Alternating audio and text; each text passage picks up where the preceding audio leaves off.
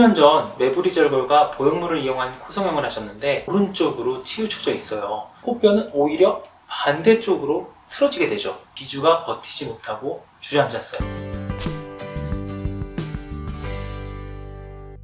안녕하세요. 성형외과 전문의 닥터롬이에요. 다른 재수술도 그렇지만 코 재수술은 특히나 이전 수술의 내용이 매우 중요해요. 어떤 재료를 사용했고 어떤 재료가 남아있는지도 중요하지만 해부학이 어떻게 변해 있는지를 아는 게 필요하거든요.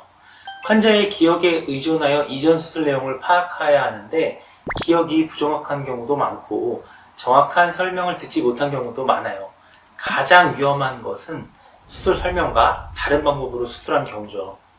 코 재수술을 하다 보면 비중격 연골로 수술했다고 했는데 비중격 연골이 그대로 있는 경우가 왕왕 있어요. 이건 차라리 재료가 남아있는 경우니까 오히려 다행인데 환자의 동의 없이 연골을 사용한 경우라든가 코끝에는 보형물을 넣지 않겠다 해놓고 L자형 실리콘을 넣어놓은 경우도 있었어요.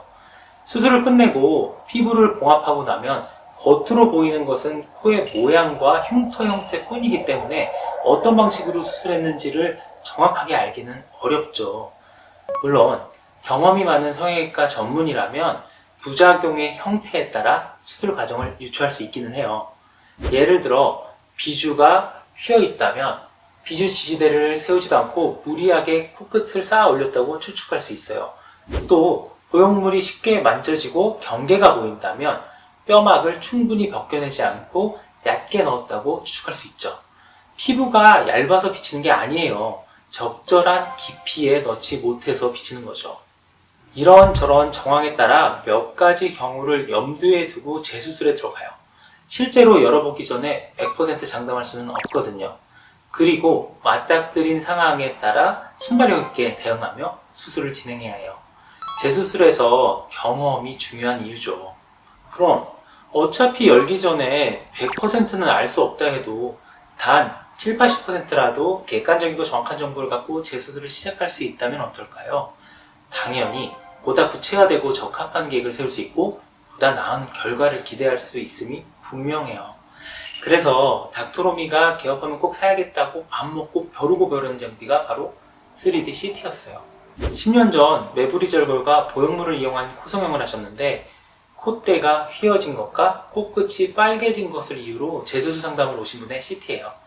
수술한 병원에서는 휘어짐에 대해 원래 자기 코뼈가 휘어진 것이라 수술로는 한계가 있다는 설명을 들으셨다고 해요. CT에서 하얗게 보이는 것이 보형물인데요. 어떤가요? 오른쪽으로 치우쳐져 있어요. 뼈는 압력이 있는 곳에서 흡수가 일어나요. 보형물이 틀어진 채 위치하게 되면 겉보기에 휘어진 것만이 문제가 아니에요. 보형물 바닥에 닿은 뼈가 흡수가 되면서 코뼈는 오히려 반대쪽으로 틀어지게 되죠. 보형물을 제거하더라도 반대쪽으로 틀어진 휜코가 돼요. 비주는 보강해주지 않고 보형물로만 코끝을 높이다 보니 비주가 버티지 못하고 주저앉았어요. 다행인 부분이 있다면 비주가 주저앉았기 때문에 코끝이 뚫리지 않았다는 거예요. L자형 실리콘을 넣었다면 비주가 주저앉는 대신 이 힘 때문에 코끝이 빨개지는 게 아니라 뚫렸을 거예요. 코끝이 빨개진 부위를 볼까요? 보형물의 피부가 매우 얇아요. 자로 재보니 1mm도 안 돼요. 처음부터 얇았던 것은 아닐 테고요. 너무 긴 보형물을 넣다 보니 10년 동안 지속적인 자극이 가해지면서 얇아진 거예요. 이 정도면 한두 달 내에 갑자기 피부를 뚫고 나와도 이상하지가 않아요. 이분은 재수술을 한다면 코끝 보형물을 제거하는 것뿐만 아니라 피부가 얇아진 부위를 무엇으로 보강할지도 고민해야 해요. 저는 콧날개 연골을 감싸고 있는 근막과 연골막을 활용하는데요. 근막을 정확히 분리해낼 자신이 없다면 자가진피나 인공진피를 사용할 가능성도 염두에 두고 준비해야만 하죠. 그리고 주저앉은 비주는 비주 지지대를 이용해 똑바로 세워줘야 하는데 이전 수술에서 비중격 연골을 사용했는지 확인해야 해요. 만약에 이미 비중격 연골을 사용했다면 귀연골을 사용할 가능성도 열어놓아야 하죠. CT를 촘촘히 살펴보다 보니 특이점을 하나 더 발견했어요. 환자가 기억하기는 매부리 절골을 하여 콧등을 평평하게 만든 뒤에 실리콘 보형물을 넣었다고 하셨는데 CT에서 확인되기는 매부리는 그대로 있었고요. 보형물의 바닥을 파내서 그 속에 매부리를 감춰뒀어요. 기성품으로 완성되어 나오는 보형물은 크기나 높이, 모양에 따라 100여 가지가 제작되어 바닥면은 완전하게 대칭이고 평평한 콧등을 기준으로 제작되어 있어요. 달리 생각하면 환자가 가진 콧등이 울퉁불퉁하거나 틀어져 있다면 보형물도 같이 틀어질 가능성이 매우 높죠.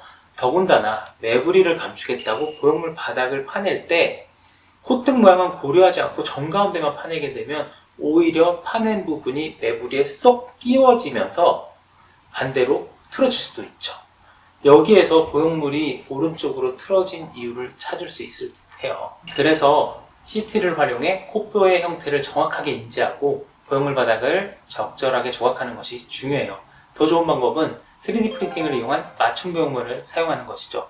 콧등이 비대칭이고 휘어있고 볼록하더라도 거기에 맞춰 맞춤 보형물을 제작한다면 비대칭을 비대칭으로 커버해서 정확한 대칭 형태의 콧등을 만들 수 있는 거예요. 안타까운 일이지만 재수술에서 CT가 필요한 가장 큰 이유는 첫 수술한 의사를 믿을 수 없기 때문이에요. 그래도 재수술에서만큼은 꼭 성공해야 하잖아요. 이것이 닥터로미가 코 재수술에서 CT 촬영이 반드시 필요하다고 권유드리는 이유예요. 이상 닥터로미였습니다.